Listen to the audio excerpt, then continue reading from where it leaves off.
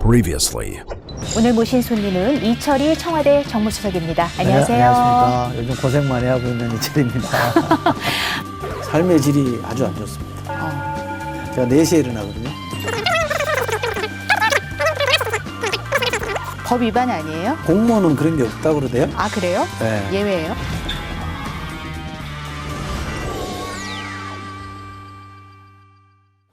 그리고 그 여야 대표들 만나러 다니실 때 처음 수석 되셔가지고 이 폴더 인사하셔가지고 화제가 됐잖아요. 원래 제가 그렇게 인사해요. 원래요? 네. 예전에도? 공식 인사할 때는 찾아보면 아시겠지만 네. 제가 영입됐을 때 문재인 당시 대표한테 예. 폴더 인사해가지고 욕먹었어요. 너무 굽신거리는 거 아니냐고. 김종인 비대위원장이 되시고 공천장인가요? 그거 받을 때도 제가 폴더 인사했어요. 근데 그때는 폴더 인사가 너무 선명히 강조가 돼요. 이분은 덩치가 크시고 저는 덩치가 작은 사람이고 그 앞에서 거의 90도를 숙여버리니까 그때도 말이 있었어요. 또 과한 거 아니야? 공천장 벗고 그렇게 강력했나? 막 이런 비판이 있었는데 원래도 뭐 저 그렇게 인사하는 편이긴 합니다만 뭐 이른바 권력기관이라고 하는 청와대가 국회를 찾아가서 존중의 뜻으로 그런 모습을 보여주는 건 저는 되게 좋아 보였어요. 저는 좋다고 생각합니다. 그래서 장관하고 있는 어떤 분에게 저보다는 후배니까 그냥 90대 인사를 했어요. 그랬더니 인사를 이렇게 하는 게 자기는 좋게 봤는데 나한테까지 이렇게 하는 거 보니까 영혼 없는 인사네. 습관, 이쯤 되면 습관이구나 이렇게 되는 거예요. 솔직히 고백하면 이준석 대표님 뵈러 갈 때는 약간 고민을 했어요. 진짜 그렇게 해야 되나? 원칙으로 보면 해야 되는데 근데 뭐 보여주기식으로 비춰지지 않을까? 일부러. 너무 쇼하는 것처럼 보일까봐. 네, 그러지 않을까 싶었는데 일관성이 중요하다 그래서 했더니 거의 맞절했어요. 맞절. 폴더 맞절을 해가지고. 맞아요.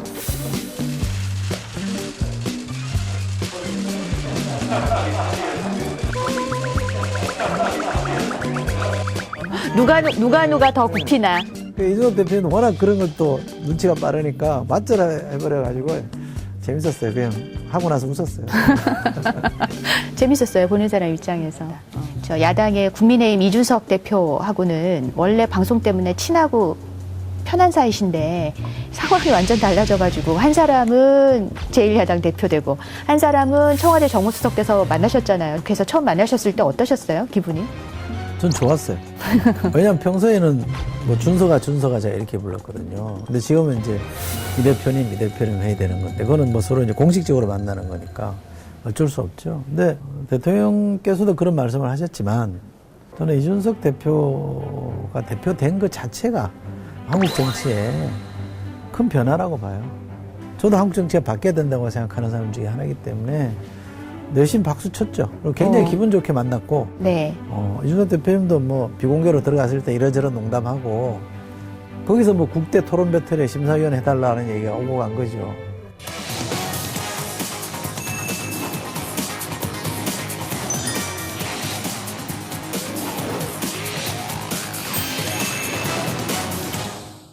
근데 뭐 재밌겠다, 그거. 그래서 서로 쪼크로, 예능 컨셉으로 표현하자 받았는데, 이게 이제 국힘에서 방송 나가서 얘기를 하니까 예능이 다큐가 되고 다큐를 넘어서 그냥 8시 뉴스가 돼버리는 바람에 진짜 하고 싶었어요. 왜냐하면 그런 새로운 모습을 보여주고 싶었는데 네. 기자들한테도 물어보고 주변에 아는 사람들한테 어떻게 하면 좋겠냐 그랬더니 자기 기자들은 특히 나가면 재밌겠네요. 신선한 모습인데요. 그런데 아마 여당이 불편해할 거요 이러더라고요. 그래서 가만히 생각해보니까 그것도 맞는 얘기 같아서 제 혼자 판단에 그래 내 욕심 채우는 것일 수도 있겠다 싶어서 그냥 깨끗하게 접었습니다. 아까 이준석 대표한테 옛날에 준서가 했다 그러셨는데 이준석 대표는 뭐라고 사석에는 그러셨었어요? 뭐 소장님이라 그러기도 하고 옛날에 어떤 아저씨라 그러기도 하고. 아저씨요? 아저씨요? 아주 어릴 때 봤으니까.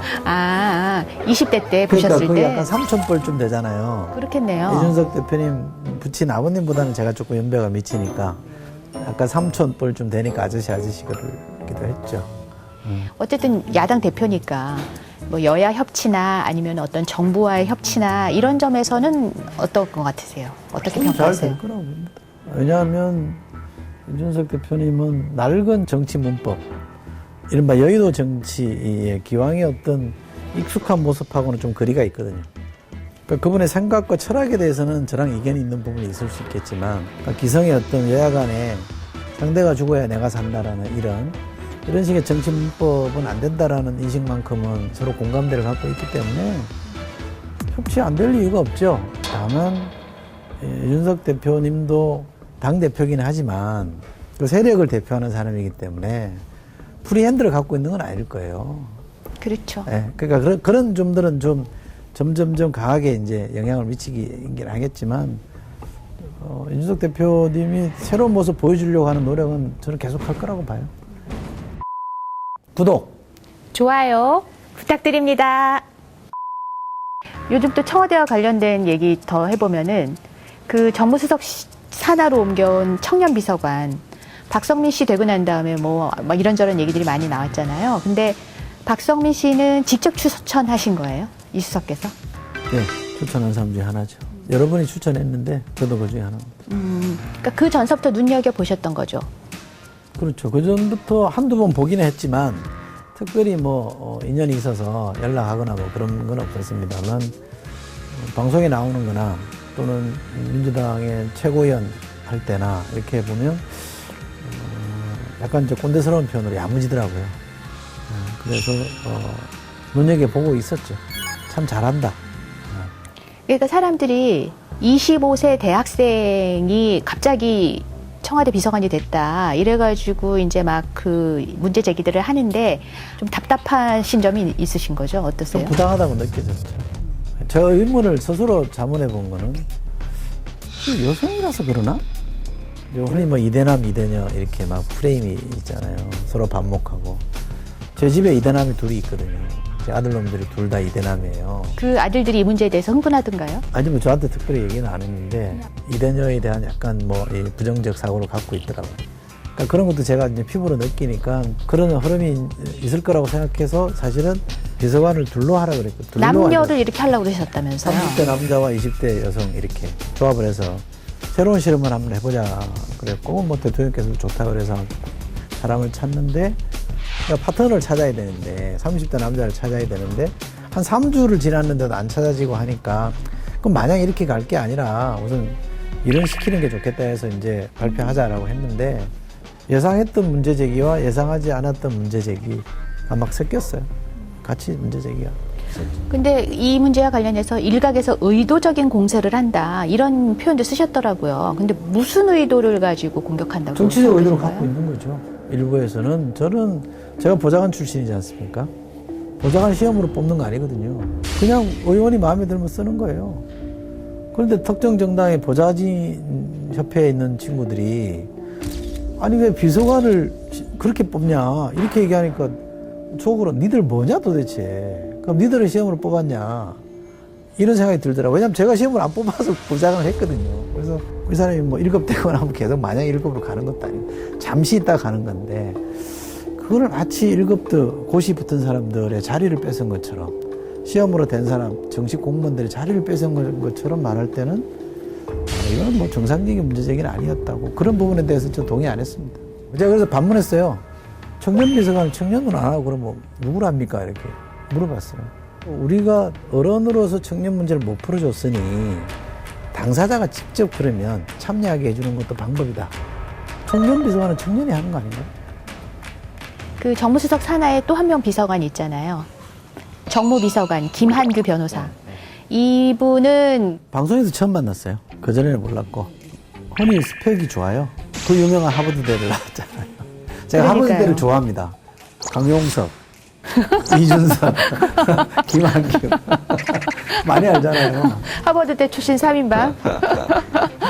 그 박 비서관이랑 그다음에 그 김 비서관 둘 다 밤샘 토론에 농객으로 출연한 적이 있었는데, 어떤 사안들에 대해서는 좀 말하자면 당 주류하고는 좀 결이 다른 그런 청년 입장을 얘기를 하더라고요. 어떤 정당이나 어떤 진영에 속해 있다 할지라도 저는 천성적으로 그 입장만 대변하는 사람 싫어합니다. 자기 생각이 있어야죠. 저도 그렇습니다. 제가 청와대에 있긴 합니다만 청와대 입장과 100% 싱크율이 일치하는 건 아니거든요. 어떨 땐 틀려요. 그러나 내색을 못할 뿐이죠. 대통령이 결정권자이기 때문에 충분히 건의를 하고 토론을 하되 결정권자가 이렇게 합시다라고 하면 따라야 되는 게 또 우리 일이잖아요.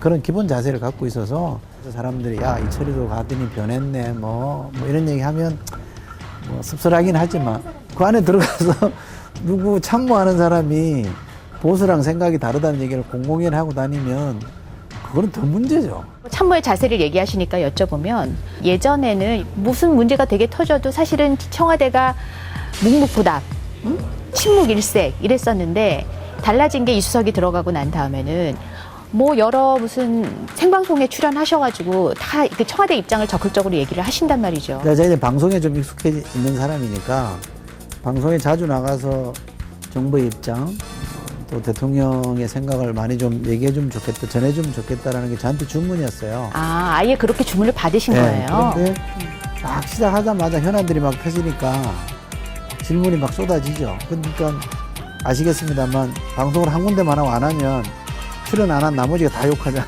그렇죠. 그러니까 어쩔 수 없이 이제 한 번씩은 다 돌아가서 해야 되고. 밤새 토크도 나오시고. 네. 아니 다 못 돌았어요. 얘기 안 함으로 해서 오해받는 것도 있고 하고 그러니 뭐 잘한 건 잘한 대로 못한 건 못한 대로 열심히 가서 설명하는 게 좋겠다는 생각을 하고요. 거기에 충실하려고 합니다. 방송 대표작을 꼽으라면 그래도 뭐니 해도 JTBC의 썰전 아니겠어요? 안 합니다라고 쫓아 보내려고 했는데. 근데 어떻게 마음이 바뀌셨어요? 돈에 제가 유혹을 당합니다. 유명한 사람들은 한 번씩 다 해본다는 나무위키 팩트체크. 불리한 주제가 나오면 이철이의 무정 논리를 써서 돌파하는 게 습관이다. 인정 못합니다. 토론은 제가 잘한대요. 제가 무적이라서 그러겠죠.